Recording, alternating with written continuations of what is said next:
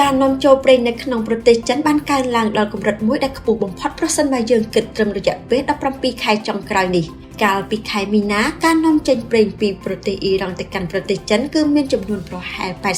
85% នៃការនាំចូលទាំងមូលរបស់ប្រទេសចិនដែលស្មើនឹង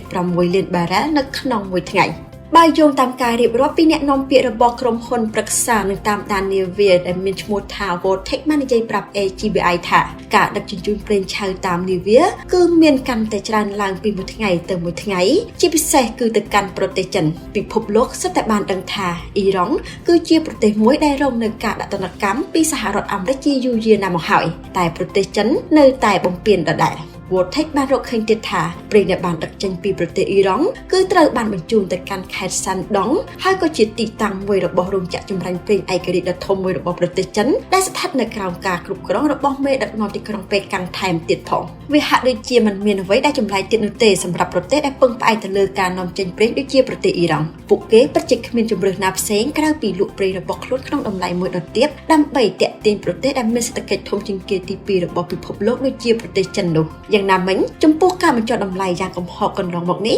AGBI ក៏បានសង្កេតឃើញថាកាលពីខែមីនាក្នុងនោះក៏មានព្រះរាជាណាចក្រអារ៉ាប៊ីសាអូឌីតនិងប្រទេសអ៊ីរ៉ាក់បានប្រកាសថាពួកគេនឹងបញ្ចុះតម្លៃប្រេងឲ្យទាបជាងទីផ្សារទៅទៀតហើយនៅពេលនោះពួកគេក៏ទទួលបាននូវការគាំទ្រពីប្រទេសចិនដូចគ្នាគូបញ្ជាក់ថារមណ្ដាប្រទេសទាំងឡាយណាដែលរងនឹងការដាក់សម្ពាធពាណិជ្ជកម្មពីសហរដ្ឋអាមេរិកប្រកាសណាស់ពួកគេនឹងងាកទៅរកប្រទេសចិនពួកលោកសេរីនឹងគោរពទៅតាមការសម្រេចចិត្តរបស់សហរដ្ឋអាមេរិកតែផ្ទុយទៅវិញសម្រាប់ប្រទេសចិនដែលជាប្រទេសមួយដែលឆ្លៀតឱកាសចិននឹងមិនខ្លាចក្នុងការបន្តទិញប្រេងឆៅពីប្រទេសអ៊ីរ៉ង់រុស្ស៊ីនិងអ៊ីរ៉ាក់នោះឡើយ។